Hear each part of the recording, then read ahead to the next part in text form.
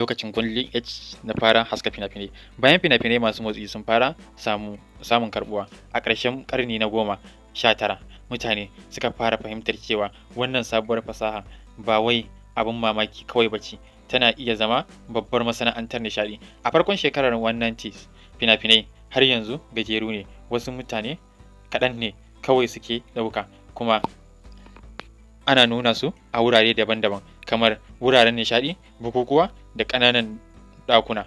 Mutane suna zuwa ne domin su ga wannan sabon abin mamaki da ake kira hoto mai motsi.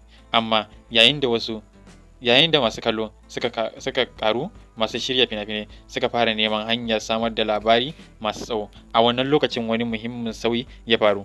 Masu shirya fina-finai suka fara rarraba labari zuwa sassa daban-daban maimakon a nuna abu guda daga farko zuwa ƙarshe. An fara amfani da wurare daban-daban da kuma canza kyamara daga wuri zuwa wani.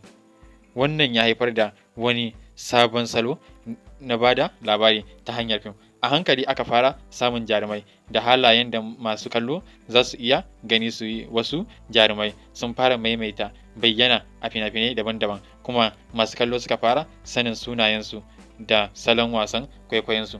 Amma a wancan lokacin ba a ɗauki jaruman fim kamar manyan taurari ba.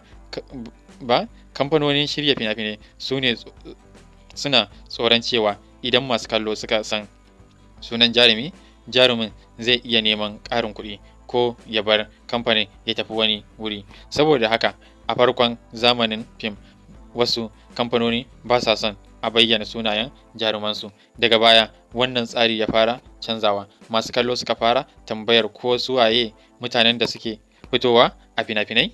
Jarumai suka fara samun shahara, kuma kamfanoni suka fara gane cewa sunan jarumi kansa na iya zama kayan talla. Haka aka fara haihuwar abin da daga baya aka sani da film star. A lokaci guda, wuraren kallon fina-finai suka fara samun sauyi. An fara buɗe ƙananan gidaje sinima inda mutane za su biya kuɗi su shiga su zauna su kalli fina-finai. Wannan ya samar da wata sabuwar kasuwa. Mai shirya fim yana buƙatar kuɗi domin samar da fim. Mai rarraba fim yana kai fim ɗin zuwa garuruwa da ƙasashe daban-daban. Mai gidan sinima kuma yana karɓar kuɗin masu kallo. A hankali waɗannan sassa uku suka zama ginshiƙin kasuwancin fina-finai. Yayin da wannan tsari yake bunƙasa a Turai da Amurka, wani mutum a Faransa ya fara yin wani abu mai muhimmanci sosai. Georges Méliès ya nuna wa duniya cewa fim zai iya zama almara, ba wai kawai hoton rayuwa ba. Bayan haka, wasu masu shirya fina-finai suka fara ƙirƙirar labarai masu tsawo da amfani da dabarun kyamara wajen bada labari. A Amurka kuma, wani mai shirya fim mai suna Edward S. Porter ya taimaka wajen ci gaba salon bada labari ta hanyar gyaran hoton fim ɗinsa mai suna The Great Train Robbery na shekarar a 1903.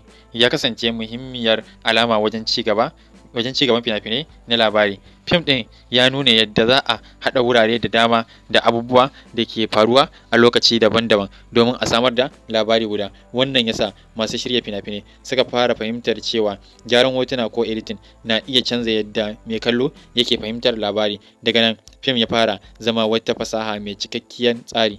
Ana rubuta labari, ana shirya wurin ɗaukar fim, ana ɗaukar hotuna, ana haɗa hotuna, ana ƙara rubutu ko kiɗa, sannan a nuna fim ga masu kallo. A shekarar farko na 90s, harkar fim ta fara girma sosai a Amurka. Kamfanoni suka fara samun ƙarin kuɗi, kuma wasu suka fara gina manyan wuraren samar da fina-finai. Amma akwai wata matsala.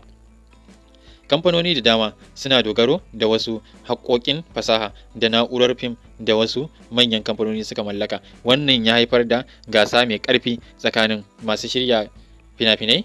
Wasu masu shirya fina-finai suka fara neman wuraren da za su iya yin aiki ba tare da tsangwama ba.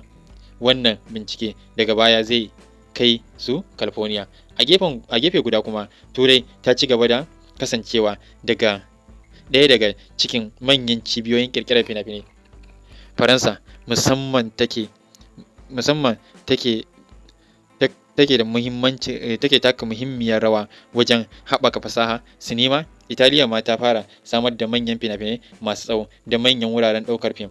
A shekarar 1910, masana'antu fim ta fara samun ƙarin tsarin fina-finai suka fara tsawo, gidajen sinima suka ƙaru, kuma jarumai suka fara zama sanannu. Sai wani babban abu ya faru: fim ya fara buƙatar wuri mai yawa domin ɗaukar manyan labarai. Masu shirya fina-finai suka fara neman wuraren da suke da kyakkyawan yanayi, fili mai yawa da wuraren daban-daban da za a iya amfani da su wajen nuna birane, ƙauyuka, tsaunuka da hamada.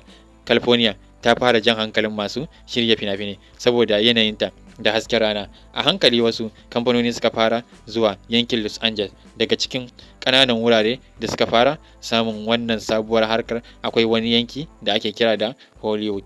A wancan lokacin babu wanda ya san cewa wannan ƙaramin yanki zai zama sunan da zai wakilci masana'antar fina-finai gaba ɗaya. Masu shirya fina-finai suka fara kafa wuraren ɗaukar fim, ma'aikata suka fara ƙaura, jarumai suka fara zuwa, daraktoci suka zo, marubuta suka zo. Kuma a cikin 'yan shekaru, abin da ya fara a matsayin ƙaramin harkar nishaɗi ya fara zama babbar masana'anta. Amma fim har yanzu yana da wata babbar matsala: babu sauti. Masu kallo suna ganin jarumai suna motsi da magana, amma ba sa jin muryarsu. Ana amfani da rubuce-rubuce a tsakanin hotuna domin bayyana wasu maganganun. Masu shirya fina-finai suka fara neman hanyar haɗa hoto da sauti. Wannan bincike ya ɗauki shekaru, amma daga ƙarshe zai haifar da ɗaya daga cikin manyan sauye-sauye a tarihin fim. Domin lokacin da muryar jarumi ta fara fitowa daga cikin fim, masana'antar fina-finai ba za ta sake kasancewa kamar ba ta nan ba, za ta sauya ne tare da samun ƙarin